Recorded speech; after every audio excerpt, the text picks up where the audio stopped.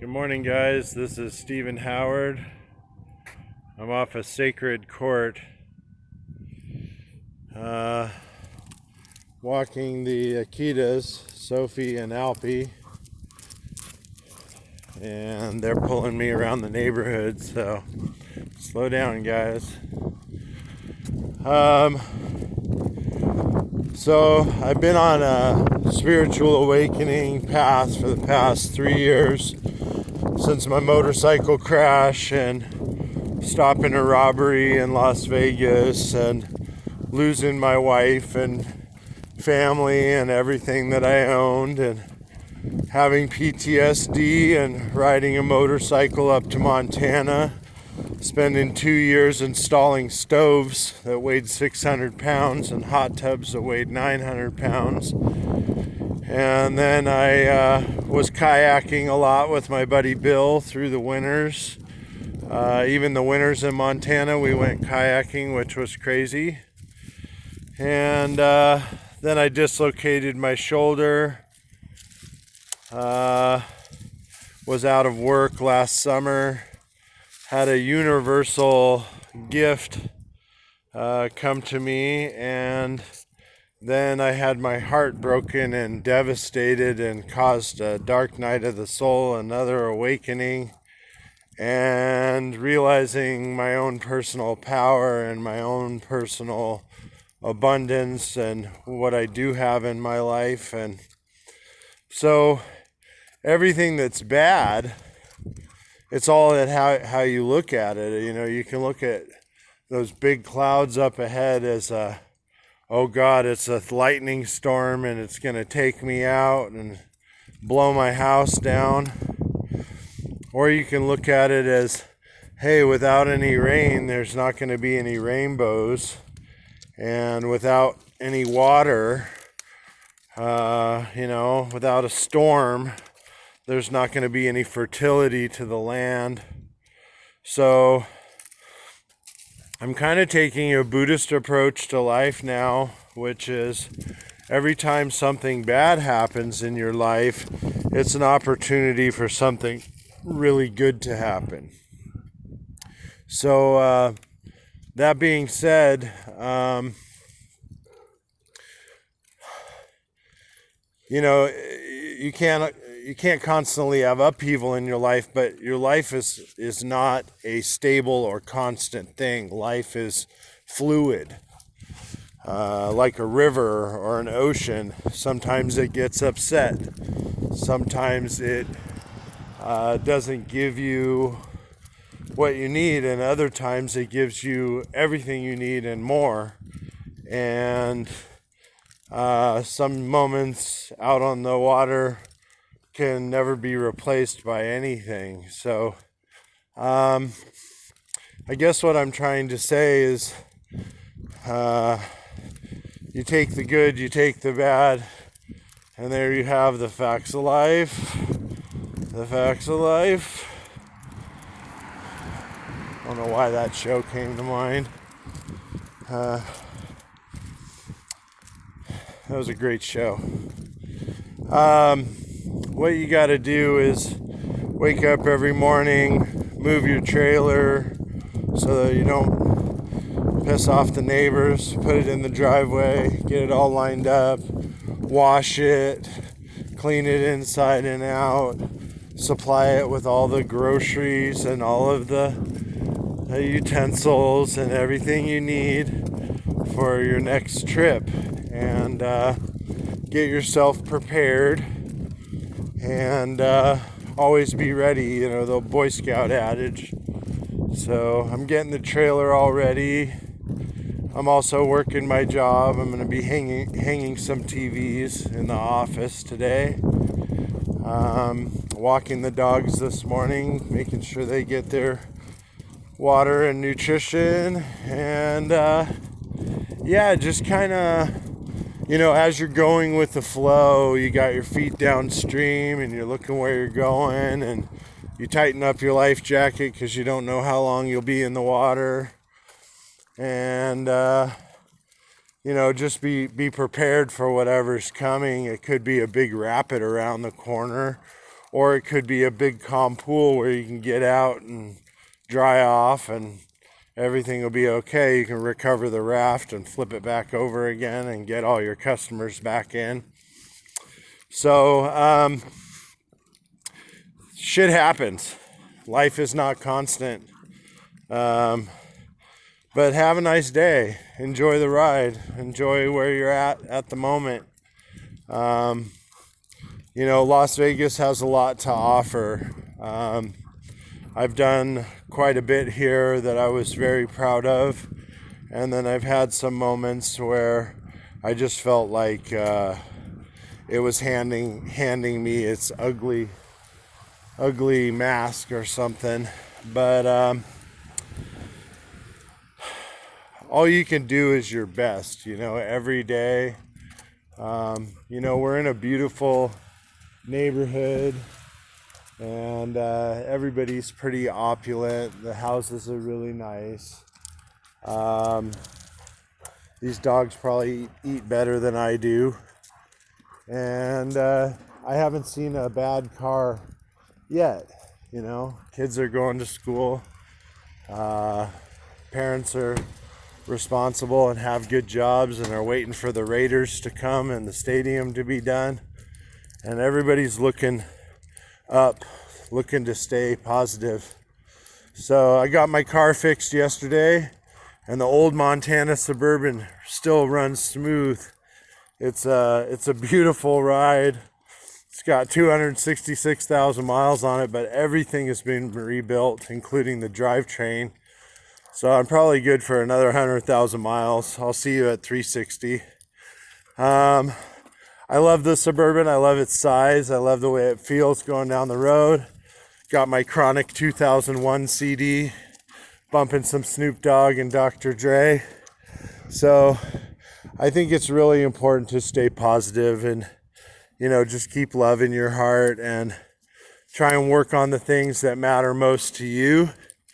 And, if people see that you're the light and you're always doing the right thing and always doing right by them and always lovingly doing your best, I think good things happen to good people. So the universe definitely has something very big in store. I'm going to repeat myself. I made a prediction about 20 videos ago that within a year's time or so, wherever the universe wants to place it, that I would be on Ellen DeGeneres telling my story, and that I would be highlighted in such a way that I would also be promoting the movie Breaking the Chain, starring Sam Elliott, Mickey Rourke, and Kiefer Sutherland, among other actors, including myself. It's about a motocross race here in Las Vegas where I die in the first 4 minutes. Every chapter is a number and from the tarot.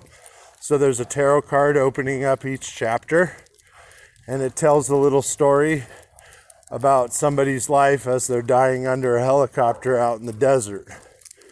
It starts at my parents' divorce in Lake Tahoe and goes all the way through my life, through San Diego and world championships in Scotland, and then working for a casino executive, and then it gets really Hollywoodized, really Pulp Fictionized, and you have the shootouts with the armored cars and all of the other stuff that happens here in Vegas. And we're basically looking at a motocross superhero, action sports star that surfs and rock climbs and motorbikes and is a spiritual awakener, and goes to Montana and meets a soulmate and realizes that in life you have many soulmates.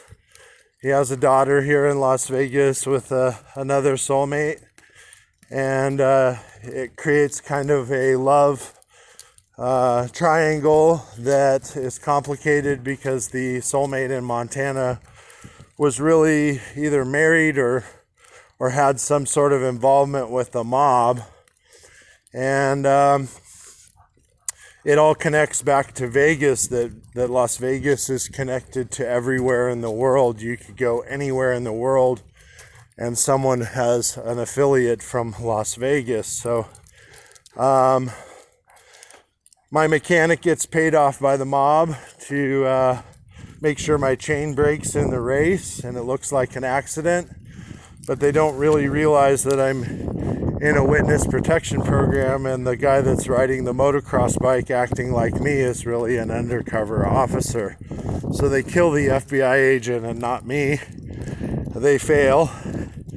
And the movie is going to be coming out in probably 2022. I hope to be filming by next year. And yeah, it's a good story. I lived it, and I'm ready to tell it and let the world know that there is hope, that whatever your circumstances are, whatever you've been put through in life, and wherever you end up, you are still valuable. You still have skills and ideas and years of experience, and that nothing or no one can stop that you have a destiny and a fate, even if you're dying under a helicopter. So my name's Steve Howard. I'm sure you know by now. There's a lot of videos. Some of it's self-promotion, some of it's spiritual guidance, some of it's clairvoyancy and psychic downloads. Some of it's nervous breakdown and midlife crises.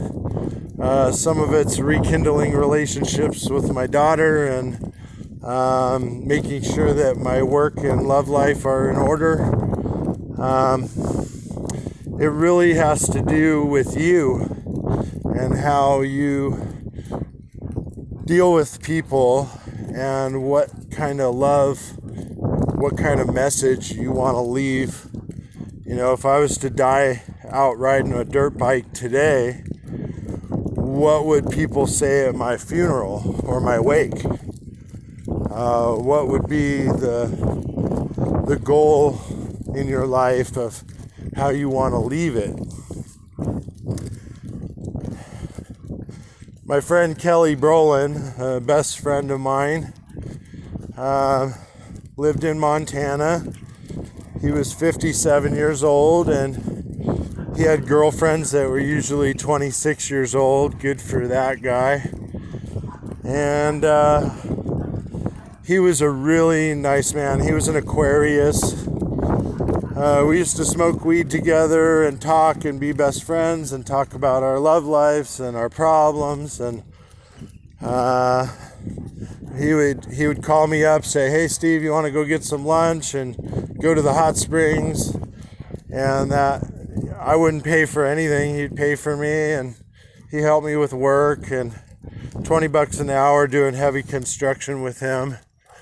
And he'd lose patience with me at work a lot because I'm an idiot, but he was training me, and I didn't realize it, but he was actually giving me the skills to be a carpenter.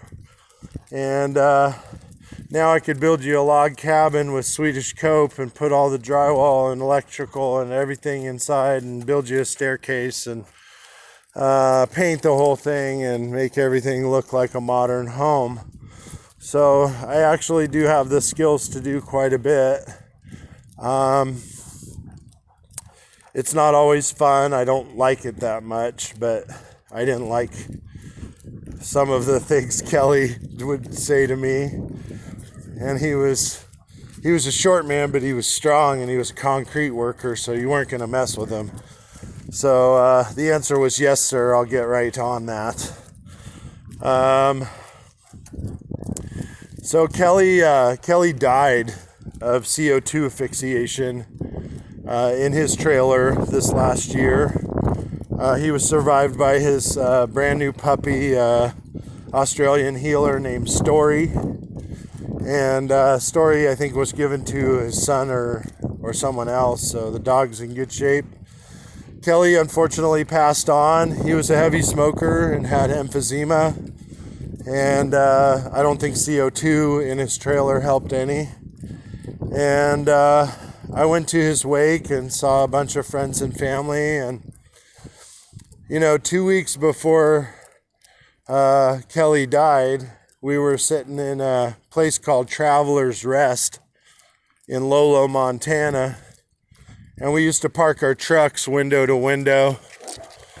And we were sitting there having a smoke. And I said, Kelly, I'm 48 years old, you're 57, and we're still dealing with this bullshit. We have no money. We have, what we have, our trailers and our rigs, and we're barely able to gas them up and barely able to keep surviving. Why are we doing this? Why is it always so hard? I see other people have really nice houses and cars, and, I don't know if I've worked any less hard or they've worked more hard. But it's just a matter of perspective, I guess. And he looked straight at me and he goes, Steve, the reason is when you die and go to heaven, you're going to get your wings. And you're going to be sent right back down here to help somebody be their guardian angel through their life till they die, and then you'll be able to be released from that obligation and you'll go to heaven, and then they'll get their wings and they'll come back down, and so on. It was a really deep concept for me, and made me kind of cry for a while, but I realized he was really, really telling me the truth that, if you hadn't gone through all those shitty experiences, if you hadn't gone through all of this stuff, that you wouldn't know how to help anybody.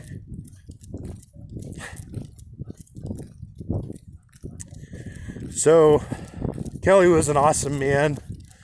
I'll show you a picture of him sometime. And he's my guardian angel. The second story that I have this morning is about my friend Eric D. Nelson. Eric grew up in white suburban neighborhoods. I'm not sure where. I think it was like Cleveland or somewhere, Ohio maybe. And he moved out here, and he had a white girlfriend, and we were best friends from the strip. When we met, we were real kindred spirits. And Eric was kind of homeless, and he was working down on the strip a lot. And I realized after a while that he was really, dealing drugs, and he was trying to live off of the high life of the tourists, and he liked people that came from England and Europe because they had a lot of money, and it was easy to get over on them, I guess, or whatever. But Eric was competition to some gang members here in Vegas. I believe there's a set of people on the strip that are pretty heavy duty, and if they saw their competition walking their dogs in a neighborhood like this, they might just pull up and shoot them down. I don't think it would happen in a neighborhood like this, but it would definitely happen in some of Las Vegas's finest neighborhoods, I guess. So Eric was walking to McDonald's at about 8:11 in the morning. I think it's been almost 2 years now.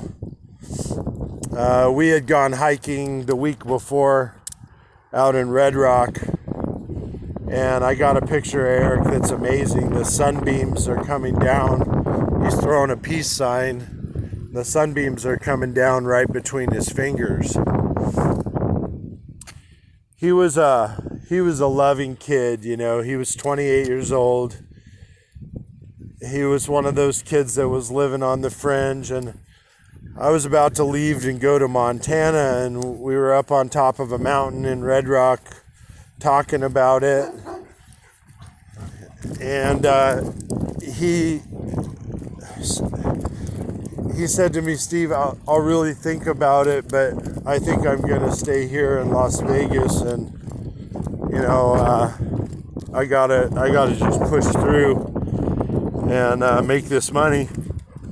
The problem is he was on a money treadmill, so everything he got every day or night was probably spent by the next day, and he was in the same boat all the time.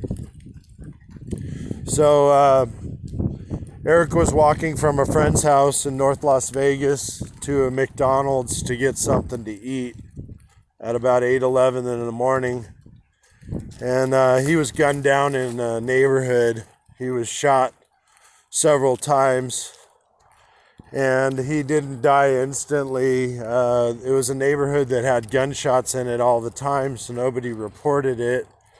He was found lying face down on the ground, slightly alive still, about 38 minutes after he had been shot. And Eric died on the way to the hospital.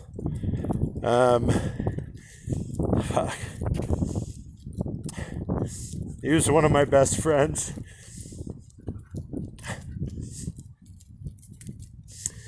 So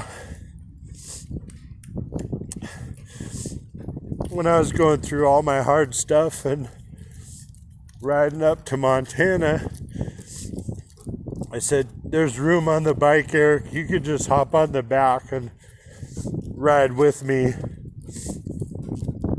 And so Eric went to Montana with me, and we talked all the time. We still talk all the time. I always tell Kelly and Eric how much I love them, how much they meant to me.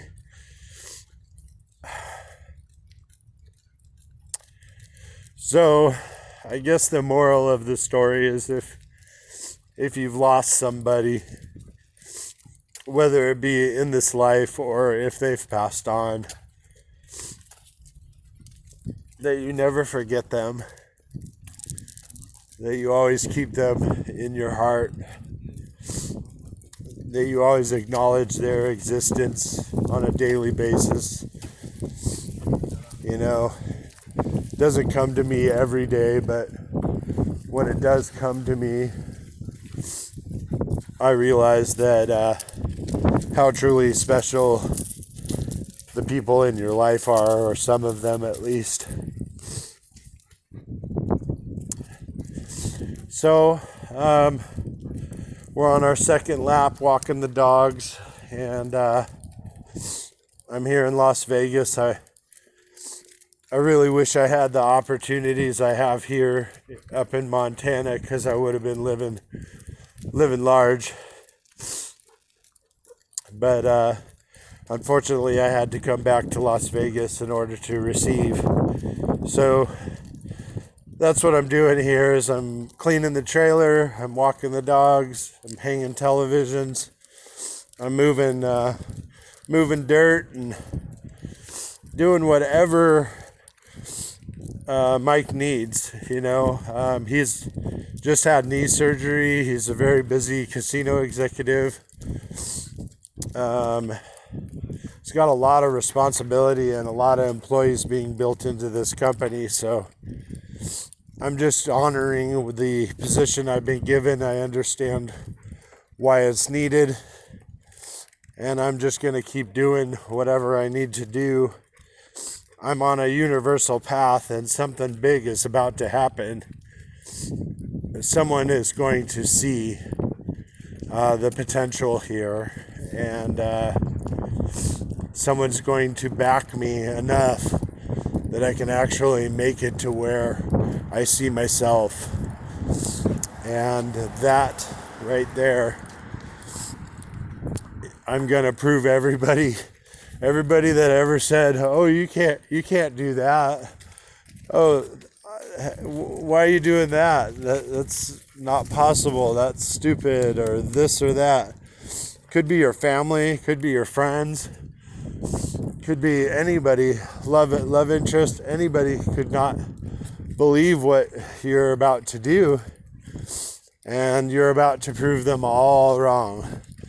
So that's my prediction for today. Eric and Kelly, I hope you can help me with that.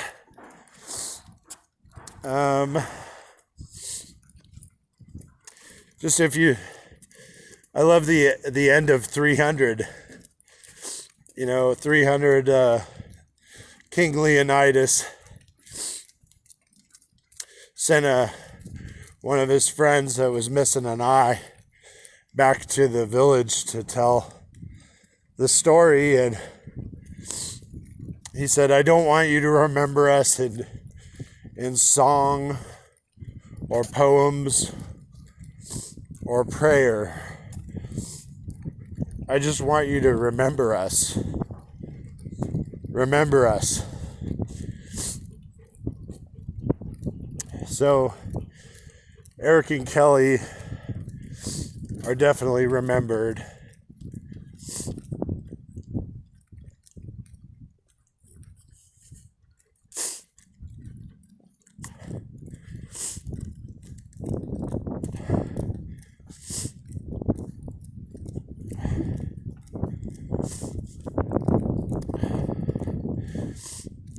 I'm going to read off a list of names that are really, really special to me.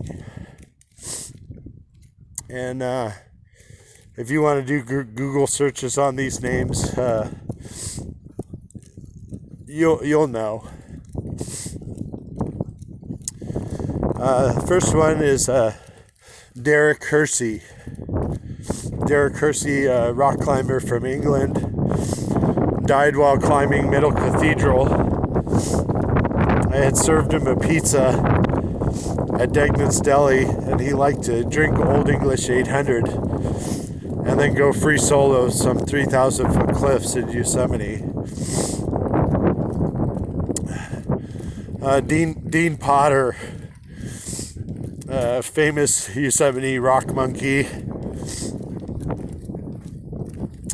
Jim Bridwell, also famous Yosemite rock climber. Dan Osmond, rock climber from Lake Tahoe, really crazy guy, and loved Metallica, Megadeth, and anything real hard. And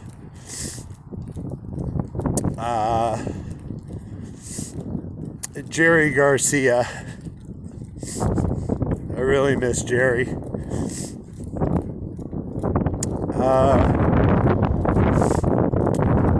Kimmy Dooley is my cousin. Died many years back when she was 18, right at her high school graduation party. The brakes went out on a Jeep and she went off a cliff coming back from Lake Isabella to Bakersfield after a day of partying.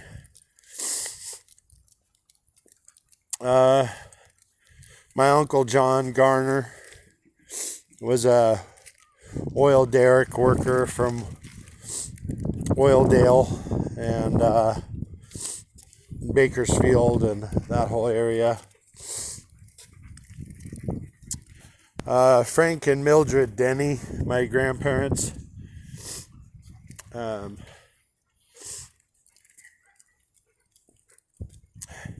Eric D. Nelson, one of my best friends. Kelly Brolin, my boss and best friend.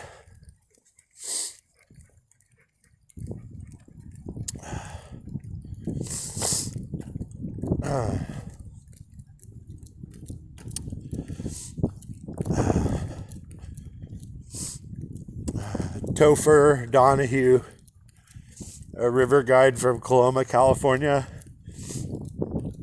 died on a motorcycle accident up in Lake Tahoe.